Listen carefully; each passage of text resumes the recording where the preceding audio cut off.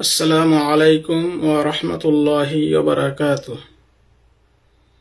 ইন্নাল হামদালিল্লাহ নাহমাদুহু ওয়া নুসাল্লি আলা রাসূলিহিল কারীম। আম্মা বা'দ। সমস্ত প্রশংসা, সমস্ত গুণগান ও সমস্ত গুণকীর্তন সেই মহান করুণাময় আল্লাহ তাবারক ওয়া তাআলার জন্য, যিনি আমাদেরকে মুসলমানের ঘরে জন্মগ্রহণ করিয়েছেন এবং তার সাথে সাথে ঈমানের মতো সব থেকে বড় সম্পদ দান করেছেন। তাই তার শুকরিয়া স্বরূপ বলি আলহামদুলিল্লাহ, ও তারই পরে পরে দুরূদ ও সালাম প্রেরণ করি সেই মহানবীর প্রতি, যার উম্মত হওয়ার আমাদেরকে তৌফিক দান করেছেন। সকলেই বলি সাল্লাল্লাহু আলাইহি ওয়াসাল্লাম। আলোচনা চলছিল ওয়াকফ সম্পর্কে। আজকের বিষয় হচ্ছে জিম্মিদের নামে ওয়াকফ করা। জিম্মিদের নামে ওয়াকফ করা যাবে কিনা সে বিষয়ে আলোচনা শুরু হবে ইনশাআল্লাহ। তারপরে আস্তে আস্তে বিভিন্ন বিষয়ে আলোচনা আসছে। বিসমিল্লাহির রহমানির রহিম। জিম্মিদের নামে ওয়াকফ করা। জিম্মিদের নামে ওয়াকফ করলে তাও বৈধ। লেখক বলছেন, যদি জিম্মিদের নামে ওয়াকফ করা হয় সেটাও বৈধ। যেমন খ্রিস্টান জিম্মিদের নামে ওয়াকফ করা। লেখক বলছে উদাহরণস্বরূপ, যেমন খ্রিস্টান জিম্মি তাদের নামে ওয়াকফ করা। যুদ্ধক্ষেত্রে আপনি কাউকে জিম্মি করছেন, তাহলে তার নামে ওয়াকফ করা যাবে। তাদের সদকা দেওয়া যাবে এবং তাদেরকে সদকাও দেওয়া যাবে। যে আপনার জিম্মি আয়ত্তে আছে তাকে আপনি সদকাও দিতে পারবেন। রাসূলুল্লাহ সাল্লাল্লাহু আলাইহি সাল্লামের স্ত্রী সফিয়া বিনতে হুয়াই তার ইহুদি ভাই এর নামে সম্পত্তি ওয়াকফ করেছিলেন। রাসূল সাল্লাল্লাহু আলাইহি সাল্লামের স্ত্রী আমাদের আম্মা জান সফিয়া বিনতে হুয়াই তার ইহুদি ভাই, সে ভাইটা তার যে ভাই ছিল সে ছিল ইহুদি, তার নামে সম্পত্তি ওয়াকফ করেছিলেন। সম্মিলিত ওয়াকফ, একসঙ্গে ওয়াকফ করা। একটা জমিতে দেখা গেল যে কয়েকজন অংশীদার আছে, তাহলে সেই জমিটা ওয়াকফ করা যাবে কিনা সেই বিষয়ে। সম্মিলিতভাবে একাধিক লোকের সম্পত্তি ওয়াকফ করা বৈধ। সম্মিলিতভাবে একাধিক লোকের সম্পত্তি ওয়াকফ করা বৈধ। কেননা ইমাম শাফিঈ, ইমাম মালিক ও ইমাম আবু ইউসুফ বলেন, উমর রাদিয়াল্লাহু আনহু খায়বারে তাঁর সম্পত্তির 100 অংশ ওয়াকফ করেছিলেন। ওই সম্পত্তি বিভক্ত ছিল না, মানে একসঙ্গে ছিল। কোন কোন আলেমের মতে যৌথ বা সম্মিলিত ওয়াকফ করা অবৈধ। লেখক বলছেন, কোন কোন আলেম বলেন যে একসঙ্গে যৌথভাবে বা সম্মিলিতভাবে ওয়াকফ করা অবৈধ। কেননা সুনির্দিষ্টভাবে পরিচিতি সম্পত্তি হওয়া ওয়াকফের শর্ত। বলছেন যে কেননা সুনির্দিষ্টভাবে যে কার কোনটা সম্পত্তি, দেখা গেল 1 বিঘা জমি আছে, সেই 1 বিঘা জমির মধ্যে 10 জন ভাগ আছে, তো কার কোনটা ভাগ সেটা নির্দিষ্ট হতে হবে। কেননা সুনির্দিষ্টভাবে পরিচিতি সম্পত্তি হওয়া ওয়াকফের শর্ত। এই মত ইমাম মুহাম্মদের। এই যে মতটা, এটা হচ্ছে ইমাম মুহাম্মদের মত। সম্মিলিতভাবে একাধিক লোকের সম্পত্তি ওয়াকফ করাও বৈধ।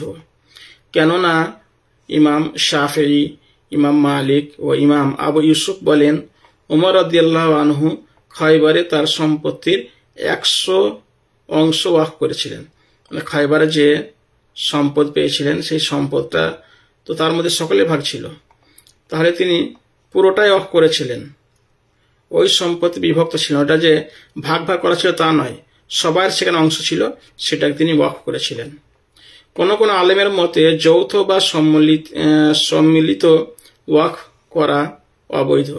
কোন কোন আলেম বলেছেন যে যৌথভাবে বা সম্মিলিতভাবে ওয়াকফ করা অবৈধ, কেননা সুনির্দিষ্টভাবে পরিচিতি সম্পত্তি হওয়া ওয়াকফের শর্ত। কেননা সেই সম্পত্তির মধ্যে কার কোনটা ভাগ, কার ডান দিকে, কার বাম দিকে, কার আগে পিছে, এটা নির্দিষ্ট হতে হবে, এটা বলছে। কেননা সুনির্দিষ্টভাবে পরিচিতি ওয়াকফ হওয়া সম্পত্তি হওয়া ওয়াকফের শর্ত। এই মতটা ইমাম মুহাম্মদের মত, এই মতটা হচ্ছে ইমাম মুহাম্মদ রাহিমাহুল্লাহর। তারপরে হচ্ছে নিজের নামে ওয়াকফ করা। নিজের নামে ওয়াকফ করা যাবে কিনা সেটাই বলা হচ্ছে। নিজের নামে ওয়াকফ করা, কোন আলেম মনে করেন নিজের নামেও ওয়াকফ করা জায়েজ। লেখক বলছেন কোন আলেম মনে করেন নিজের নামেও ওয়াকফ করা জায়েজ। কেননা এক ব্যক্তি বলেন আমার একটি দিনার আছে, রাসূলুল্লাহ সাল্লাল্লাহু আলাইহি সাল্লাম তাকে বললেন ওটা তুমি নিজের উপর সদকা করো। রাসূলুল্লাহ সাল্লাল্লাহু আলাইহি সাল্লাম বললেন ওটা তুমি নিজের উপর সদকা করো।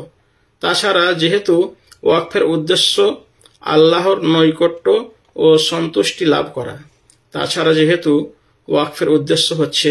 আল্লাহর নৈকট্য লাভ করা ও আল্লাহর সন্তুষ্টি লাভ করা, আর নিজের উপর ব্যয় করাতেও আল্লাহর সন্তুষ্টি পাওয়া যায়। আর নিজের উপর ব্যয় করাতেও কেউ যদি নিজের উপর নিজে খরচ করে তাতেও আল্লাহর সন্তুষ্টি পাওয়া যায়।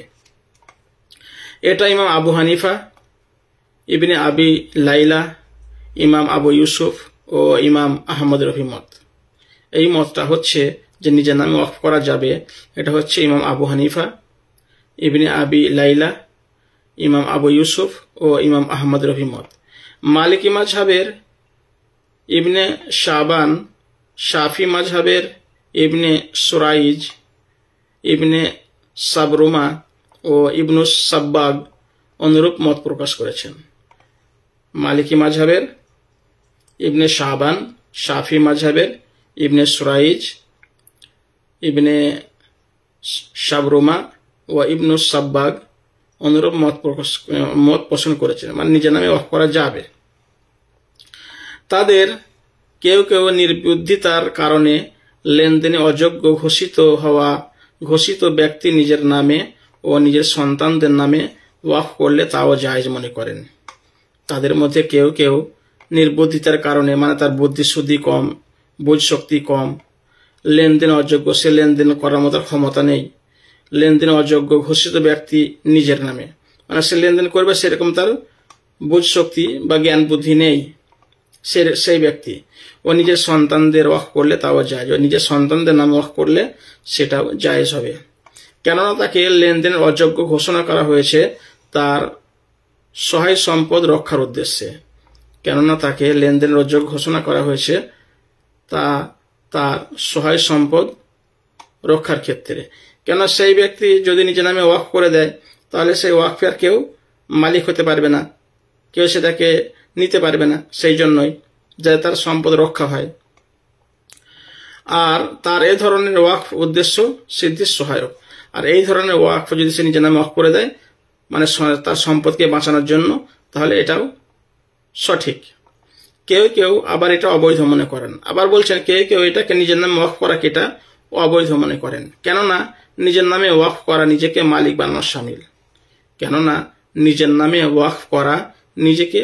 বানানোর শামিল। কেউ যদি নিজের নামে ওয়াকফ করে তাহলে সে তো নিজেই মালিক হলো, নিজের সম্পত্তির মালিক নিজেই হলো। অথচ ওয়াকফ করা সম্পত্তির মালিক ওয়াকফকারী হতে পারে না। অথচ ওয়াকফ করা সম্পত্তির মালিক, যে সম্পদটা সে ওয়াকফ করেছে সেই মালিক হচ্ছে, কিন্তু ওয়াকফ করা মালিকের তো ওয়াকফকারীর মালিক, মানে ওয়াকফ করা সম্পত্তির মালিক যে ওয়াকফ করছে সে তো হতে পারবে না। রাসূলুল্লাহ সাল্লাল্লাহু আলাইহি সাল্লাম বলেছেন ওয়াকফ করা সম্পত্তির ফসল দান করে দাও। রাসূলুল্লাহ সাল্লাল্লাহু আলাইহি সাল্লাম বলেছেন যে ওয়াকফ করা যে জমিটাকে ওয়াকফ করা হয়েছে তার ফসল দান করে দাও। এই হাদিস থেকে স্পষ্ট যে তার মালিক অন্য কেউ হবে। এই হাদিসটা থেকে স্পষ্ট হচ্ছে যে তার মালিক অন্য কেউ হবে, ওয়াকফকারী নয়। মানে ওয়াকফকারী হবে না। এটা শাফি মাযহাব ও অধিকাংশ মালিকি মাযহাবের মত। এই মতটা হচ্ছে হাদিসে স্পষ্ট যে তার মালিক অন্য কেউ হবে, ওয়াকফকারী নয়। মানে সেই সম্পত্তি মালিক, সম্পত্তি থেকে যে ফসল আসবে তার মালিক অন্য কেউ হবে। এটা শাফি মাযহাবের অধিকাংশ মালিকি মাযহাবের মত এটা। তারপরে আসছে উদ্দেশ্যহীন ওয়াকফ। তারপর যেটা আসছে উদ্দেশ্যহীন, মানে তার উদ্দেশ্য কি সেটাই ঠিক নাই, সেই ধরনের ওয়াকফ করা। যখন কোনো ব্যক্তি ওয়াকফের উদ্দেশ্যে উল্লেখ ছাড়াই, উল্লেখ ছাড়াই তার সম্পত্তি ওয়াকফ করে, যেমন শুধু বলল এই বাড়িটা ওয়াকফ করলাম, কি উদ্দেশ্য, কার নামে বা কোন কাজের জন্য ওয়াকফ করা হলো তা কিছুই উল্লেখ করলো না, সেক্ষেত্রে ওয়াকফ শুদ্ধ হবে কি না তা নিয়ে মতভেদ রয়েছে। ইমাম মালিকের মতে শুদ্ধ ও শাফিঈ মাযহাবে অশুদ্ধ। উদ্দেশ্যহীন ওয়াকফ, যখন কোনো ব্যক্তি ওয়াকফের উদ্দেশ্য উল্লেখ ছাড়াই তার সম্পত্তি ওয়াকফ করে। যখন কোনো ব্যক্তি সে কি উদ্দেশ্যে ওয়াকফ করছে সেটা উল্লেখ করছে না, উল্লেখ না করেই সে কি করছে, ওয়াকফ করছে। যেমন শুধু বলল, উদাহরণস্বরূপ সে বলল এই বাড়িটা ওয়াকফ করলাম, কি উদ্দেশ্যে, কার নামে, উদ্দেশ্যে ওয়াকফ যে করছে কি উদ্দেশ্যে করছে এবং কার নামে সে ওয়াকফ করছে সে কিছুই বলল না, তা কিছু উল্লেখ করলো না, সেক্ষেত্রে ওয়াকফ শুদ্ধ হবে কিনা, তাহলে সেই ক্ষেত্রে ওয়াকফ করাটা সঠিক শুদ্ধ হবে কিনা তা নিয়ে মতভেদ রয়েছে। ইমাম মালিকের মতে শুদ্ধ, ইমাম মালিক রহিমাহুল্লাহ বলেন এটা শুদ্ধ হবে, ও ইমাম শাফি মাযহাবে অশুদ্ধ, ইমাম শাফি মাযহাবে এটা অশুদ্ধ হবে। মৃত্যু প্রাককালীন রোগ অবস্থায় ওয়াকফ করা। যে ব্যক্তি মৃত্যুর কাছাকাছি পৌঁছে গেছে, তার রোগ, সে ব্যক্তি রোগ অবস্থায় আছে, সেই সময় ওয়াকফ করা।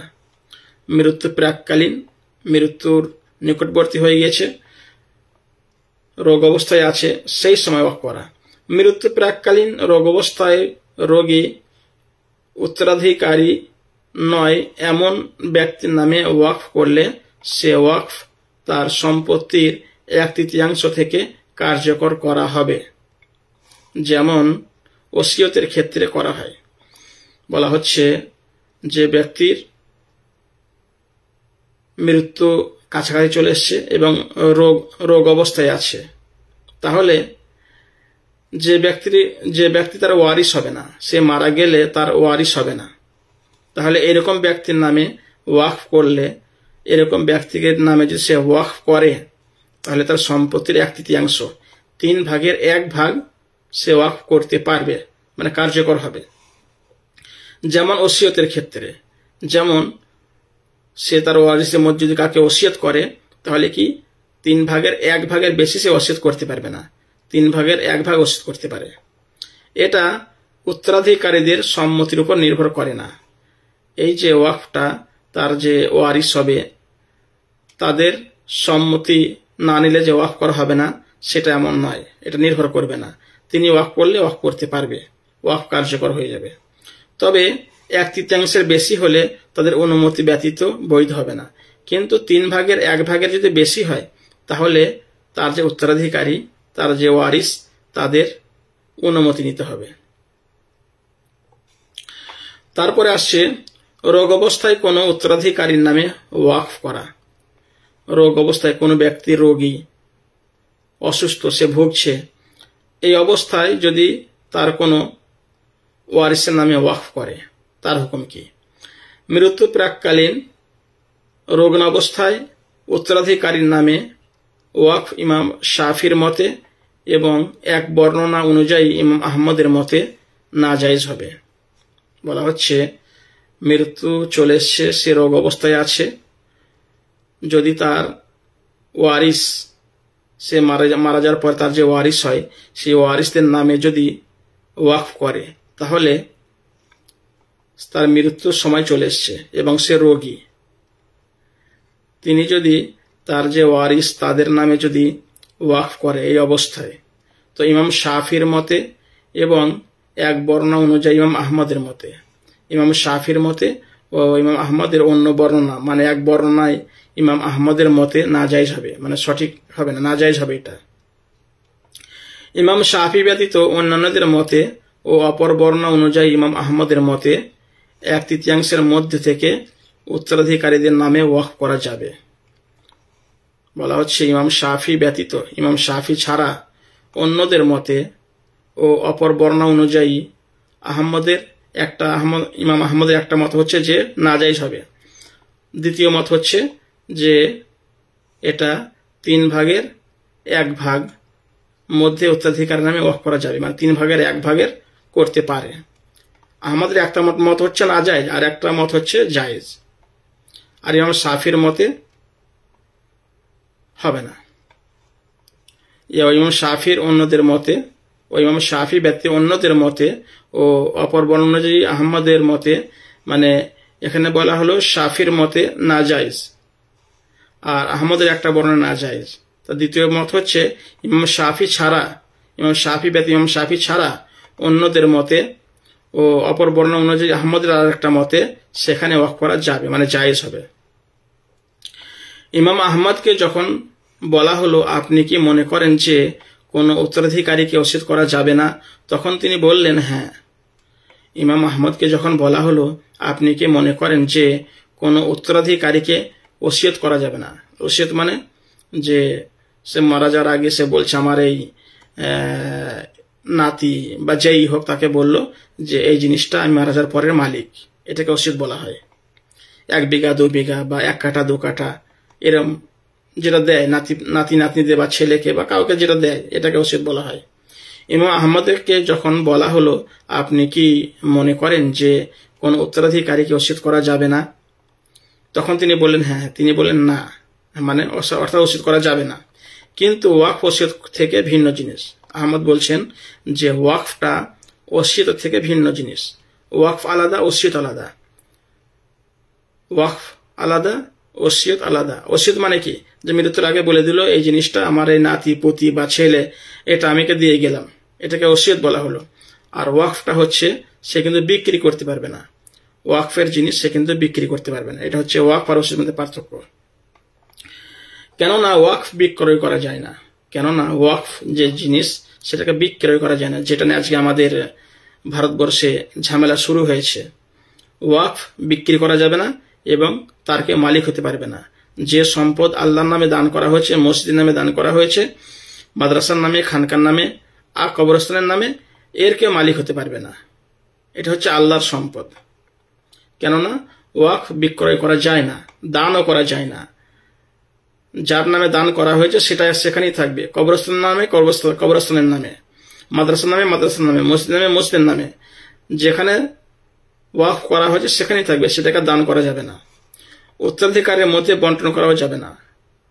তাদের যে উত্তরাধিকারী মারা যাওয়ার পরে যারা উত্তরাধিকারী হয় তাদের মধ্যে বন্টনও করা যাবে না, এবং উত্তরাধিকারীদের মালিকানাও ভুক্ত হয় না, এবং ওয়াকফের যে সম্পদ সেটা মালিকানা ভুক্ত হবে না। তার যে আত্মীয় স্বজন থাকবে তাদের মধ্যে কেউ মালিকও হতে পারবে না। যে আমি মসজিদের নামে দান করলাম একটা জায়গা, আমি চলে যাওয়ার পরে এই মসজিদের মালিক আমার নাতি পুতি ছেলে পেলে না। যেমন অনেক জায়গায় দেখা যায় কথায় কথা বলে আমাদের মসজিদে আসবে না, আমাদের মসজিদে ঢুকবে না, তবলিগদের ঢোকা হবে না, পাবলিকদের ঢোকা হবে না, আহলে হাদিসদের ঢোকা হবে না। এগুলো অন্যায়, এগুলো জুলুম। এগুলো যেহেতু যে জিনিসটাকে মসজিদের নামে দেওয়া হয়েছে সেটা আল্লাহর, সেটার কেউ মালিক নেই, আল্লাহ মালিক। এগুলো হচ্ছে অন্যায়। যে কেউ যদি বলে যে আমাদের মসজিদে আসবে না, আমাদের মসজিদে ঢুকবে না, আমাদের মসজিদে নামাজ পড়বে না, অমুক জনদের মসজিদে ঢোকা হবে না, হানাফিদের আহলে হাদিসদের মসজিদে ঢোকা হবে না, আহলে হাদিস হানিফিদের মসজিদে ঢোকা হবে না, বেরিলা দেওবন্দের মসজিদে ঢুকতে পারবে না, দেওবন্দের বেরিলা মসজিদে ঢুকতে পারবে না, পীরপন্থীরা তবলিগদের মসজিদে ঢুকতে পারবে না, তবলিগা পীরপন্থী মসজিদে ঢুকতে পারবে না। যারা এগুলো করে তারা জুলুম করে, তার জবাব তাদেরকে কিয়ামত দিনে দিতে হবে, আল্লাহর কাছে পাকড়াও হবে ইনশাআল্লাহ। তো এখানে বলা হচ্ছে যে এবং উত্তরাধিকারীদের মালিকানা ভুক্ত হয় না। ওয়াকফ যেটা করা হয় মাদ্রাসা নামে, মসজিদ নামে, খানকা নামে, কবরস্থান নামে, আরো যে কোনো জায়গায় ওয়াকফ করা হবে না কেন, মুসলমানদের কোনো জনকল্যাণমুখী কাজে, সেটার মালিক সমস্ত মুসলিম, সেটা ব্যক্তিগত কোনো মালিকানা হয় না। যাতে তারা তার ফসল দ্বারা উপকৃত হতে পারে। ঠিক আছে, যাতে তারা তার ফসল দ্বারা উপকৃত হতে পারে। সন্তানদের নামে কোনো বাপ যদি জমি ওয়াকফ করে, তাহলে সে জমি তারা বিক্রি করতে পারবে না, কিন্তু তারা তার ফসল থেকে উপকৃত হতে পারবে। ফসল খাওয়া, ফসল বেচা হতে পারবে, কিন্তু সেই জমিকে তারা কিন্তু বিক্রি করতে পারবে না, যাতে তারা তার ফসল দ্বারা উপকৃত হতে পারে। এখানে কি বলছে? হ্যাঁ, কিন্তু ওয়াকফ ওসিয়ত থেকে ভিন্ন ভিন্ন জিনিস। কেননা ওয়াকফ বিক্রয় করা যায় না, দান করাও যায় না, উত্তরাধিকারীর মধ্যে বন্টনও করা যায় না, এবং উত্তরাধিকারী মালিকানাভুক্ত হয় না, যাতে তারা তার ফসল থেকে উপকৃত হতে পারে। তারপরে আসছে কতটা সেটা, তারপরে আসছে ধনীদের নামে ওয়াকফ করা। কোন ধনী ব্যক্তির নামে ওয়াকফ করা, কোন ধনী ব্যক্তির নামে ওয়াকফ করা। ওয়াকফ হচ্ছে আল্লাহর নৈকট্য লাভের সহায়ক একটি ইবাদত। ওয়াকফ করাটা হচ্ছে আল্লাহর নৈকট্য লাভ করার সহায়ক একটি ইবাদত। ওয়াকফ করলে আল্লাহ তাআলার নৈকট্য লাভ করা যায়, আল্লাহ তাআলাকে রাজি খুশি করা যায়। এই কাজ করতে গিয়ে কেউ যদি এমন শর্ত আরোপ করে যা কোনো সওয়াবের কাজ নয় বা আল্লাহর নৈকট্য লাভের সহায়ক নয়, এই ওয়াকফ এই কাজটা করতে গিয়ে কেউ যদি এমন কোনো শর্ত লাগালো যে যা কোনো সওয়াবের কাজ নয়, সেই শর্তটা লাগিয়ে তার কোনো লাভ হবে না, মানে তার নেকি সওয়াব হবে না, বা আল্লাহর নৈকট্য লাভের সহায়ক নয়, সেই কথাটা বলার কারণে সে যে আল্লাহর নৈকট্য লাভ করবে তারও সহায়ক নয়।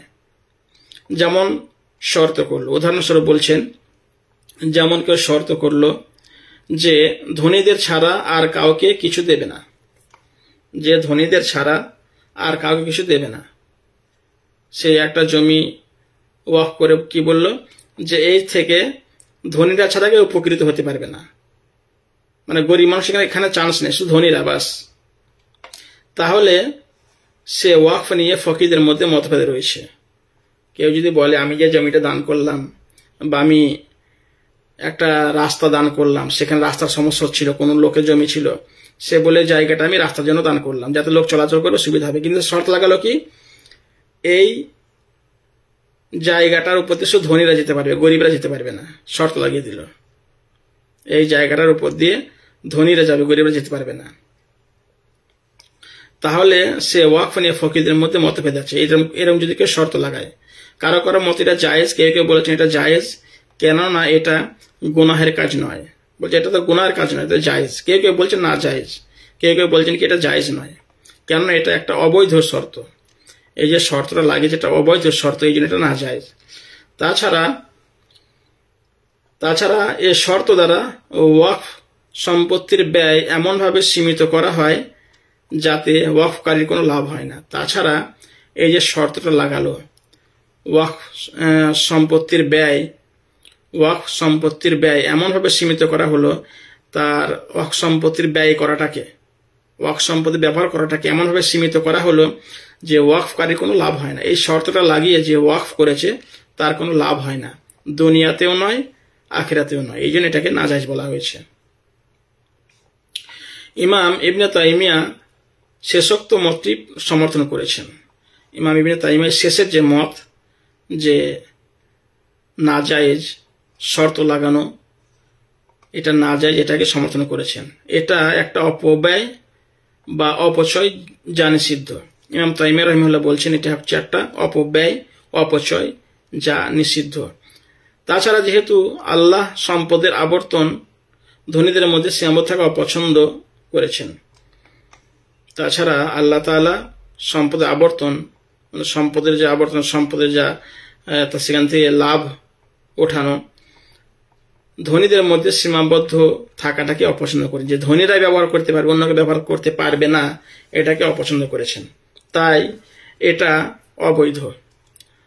আল্লাহ সূরা হাসরের 7 নম্বর আয়াতে বলেন, আল্লাহ তাআলা সূরা হাসরে 7 নম্বর আয়াতে বলেছেন, আউযু বিল্লাহি মিনাশ শাইতানির রাজিম, বিসমিল্লাহির রহমানির রহিম, কাই লা ইয়াকুনা দুলাতাম বাইনাল আগনিয়াই মিনকুম, কাই লা ইয়াকুনা দুলাতাম বাইনাল আগনিয়াই মিনকুম, যার অর্থ হচ্ছে যাতে তোমাদের মধ্যে যারা বিত্তবান কেবল তাদের মধ্যে ধন সম্পদ আবর্তন না করে, যাতে তোমাদের মধ্যে যারা বিত্তবান, ধন সম্পদ আছে যাদের, কেবল তাদের মধ্যে ধন সম্পদের আবর্তন না করে, যে তারাই সেখান থেকে উপকৃত হতে পারবে, এটাকে না করে, নির্দিষ্ট না করে। সুতরাং যে ব্যক্তি তার ওয়াকফ বা ওসিয়ত শর্ত আরোপ করে, তার ওয়াকফ বা ওসিয়তকৃত সম্পদ শুধু ধনীদের মধ্যে আবর্তিত হোক, সে একটা কোরআন বিরোধী শর্ত আরোপ করে। সুতরাং যে ব্যক্তি তার ওয়াকফ বা ওসিয়তে, ওয়াকফের সম্পত্তিতে বা ওসিয়তের সম্পত্তিতে এমন শর্ত লাগালো যে ওয়াকফ বা ওসিয়তকৃত যে ওয়াকফ করেছে বা ওসিয়ত করেছে সেই সম্পদ শুধু ধনীদের মধ্যেই আবর্তিত হয়, ধনীরা সেখান থেকে উপকৃত হোক, সে একটা কোরআন বিরোধী শর্ত আরোপ করলো। সে কি কোরআনের বিরোধী একটা শর্ত লাগিয়েছে। আর কোরআন বিরোধী শর্ত অবশ্যই বাতিল। আর যে শর্ত কোরআনের বিরোধী হয় সেটা অবশ্যই বাতিল, চাই 100টা শর্ত হোক না কেন। যদি 100টা শর্ত হয় সেটাও বাতিল হবে, কেননা আল্লাহর কিতাব অগ্রগণ্য এবং আল্লাহর শর্ত অধিকতর নির্ভরযোগ্য। কেননা আল্লাহর কিতাব সেটাই আমাদেরকে আগে রাখতে হবে এবং আল্লাহর শর্ত অধিকতর নির্ভরযোগ্য। এবার আল্লাহ যে শর্তর কথা বলেছেন সেটাই হচ্ছে নির্ভরযোগ্য। ইমাম ইবনে তাইমিয়া আরো বলেন, ওয়াকফকারী বা ওসিয়তকারী যদি এমন শর্ত আরোপ করে যা শরীয়তে ওয়াজিব নয়, মুস্তাহাবও নয়, তবে সে ধরনের শর্ত বাতিল এবং কোরআনের পরিপন্থী। ইমাম ইবনে তাইমিয়া রাহিমাহুল্লাহ আরো বলেছেন যে ওয়াকফকারী বা ওসিয়তকারী যে ওয়াকফ করছে বা ওসিয়ত করছে এমন শর্ত সে লাগিয়েছে যেটা শরীয়তে ওয়াজিব নয়, সেটা শরীয়তে ওয়াজিব নয়, মুস্তাহাবও নয়, তবে সে ধরনের শর্ত বাতিল, সেই শর্তটা বাতিল হয়ে যাবে এবং কোরআনের পরিপন্থী, এবং সেটা হচ্ছে কোরআনের কি পরিপন্থী শর্ত, কোরআনের বিপরীত। কেননা যা ওয়াজিবও নয়, মুস্তাহাবও নয়, তা অনর্থক, নিজের জন্য বাধ্যতামূলক করা অপব্যয় বিধায় নিষিদ্ধ। কেননা যে শর্তটা লাগানো ওয়াজিব নয়, মুস্তাহাব নয়, তা অনর্থক, মানে অনর্থক, এটা অনর্থক, একটা বেকার। নিজের জন্য বাধ্যতামূলক করা এবং নিজের জন্য বাধ্যতামূলক করা এটা অপব্যয় বিধায় নিষিদ্ধ, এটা অপব্যয় হওয়ার কারণে এটা নিষিদ্ধ। যাই হোক, আমরা ওয়াকফ সম্পর্কে অনেক কিছু জানতে পারলাম, আলহামদুলিল্লাহ। আল্লাহ তাআলা আমাদের প্রত্যেককে প্রত্যেকটা কাজ জেনে বুঝে আমল করা তৌফিক দান করুন এবং আমাদের জীবনে চলার পথে ইসলামের আইন কানুন, নবী সাল্লাল্লাহু আলাইহি সাল্লামের সুন্নাত মোতাবেক চলার তৌফিক দান করুন এবং আমাদের সকলকে বর্তমান জামানার সর্বপ্রকার ফিতনা থেকে হেফাজত করুন। খাস করে আমাদের ভারতবর্ষে যে হিংসা বিদ্বেষ শুরু হয়েছে, আল্লাহ তাআলা আমাদের সকলকে তা থেকে হেফাজত করুন এবং যারা হিংসা বিদ্বেষ ছড়াচ্ছে তাদেরকে সঠিক বুঝ দান করুন। আল্লাহর কাছে দোয়া করে আল্লাহ তাআলা তাদেরকে হেদায়েত দান করুন। তারা যে হেদায়েতের উপযুক্ত হয় তাদেরকে হেদায়েত দান করুন এবং যারা হেদায়েতের উপযুক্ত নয় তাদেরকে ধ্বংস করে দিন। আল্লাহ তাআলা আমাদের সকলকে সঠিক পথে সঠিক মতে চলার তৌফিক দান করুন এবং মুসলমানদের ঈমান আমলকে হেফাজত করুন। আল্লাহ তাআলা মুসলমানদের ঈমানকে বাড়িয়ে দিন, আমলকে বাড়িয়ে দিন এবং সর্বপ্রকার গুনার কাজ থেকে হেফাজত করুন। আল্লাহ তাআলা আমাদের ভারতবর্ষকে হেফাজত করুন, সারা বিশ্বের মুসলমানদের হেফাজত করুন। সারা বিশ্বে যত মানুষ অশান্তির মধ্যে আছে তাদের মধ্যে শান্তি দান করুন এবং প্রত্যেকটা মানুষকে আল্লাহ তাআলা তার হুকুম আহকামকে মেনে চলার তৌফিক দান করুন। আমাদের মধ্যে যারা মুনাফিক আছে, মুনাফিকদের আল্লাহ সঠিক বুঝ দান করুন এবং যারা মুসলিম বিদ্বেষী, সর্বক্ষণ যারা মুসলিমদের পিছনে বিভিন্ন রকম চক্রান্ত করে থাকে, মুসলমানদের তাদের চক্রান্ত থাকে হেফাজত করুন। আল্লাহ তাআলা মুসলমানদের জান মাল আবরু ইজ্জতে হেফাজত করুন। মুসলমানদের ইজ্জত দান করুন, তাদের ঘর বাড়ি ধন সম্পদ স্ত্রী বাল বাচ্চা তাদেরকে সর্বপ্রকার আযাব বালা মুসিবত থেকে হেফাজত করুন। আল্লাহ তাআলা আমাদের জীবনের সমস্ত জানা অজানা গুনাহগুলোকে মাফ করুন, আমাদেরকে সঠিক পথে চলার তৌফিক দান করুন। খাস করে আমাদের ঈমান আমলের হেফাজত করুন, আমাদের ওয়াকফ সম্পত্তিকে হেফাজত করুন এবং আমাদের আত্মীয়স্বজন যারা দুনিয়া ছেড়ে চলে গিয়েছেন তাদের প্রত্যেককে তাদের জীবনের জানা অজানা গুনাহগুলো মাফ করে দিন এবং তাদেরকে বিনা হিসাবে জান্নাতে ফিরদৌস দান করুন। আমাদের প্রত্যেককে ঈমানি হালাতে মওত দান করুন এবং আমাদের প্রত্যেককে সঠিক পথে চলার তৌফিক দান করুন। রব্বানা তাকাব্বাল মিন্না ইন্নাকা আনতাস সামিউল আলিম ওয়া তুব আলাইনা ইন্নাকা আনতাত তাওয়াবুর রহিম। সুবহানা রাব্বিকা রাব্বিল ইজ্জাতি আম্মা ইয়াসিফুন ওয়াসসালামুন আলাল মুরসালিন ওয়ালহামদুলিল্লাহি রাব্বিল আলামিন। আসসালামু আলাইকুম ওয়া রাহমাতুল্লাহি ওয়া বারাকাতুহু।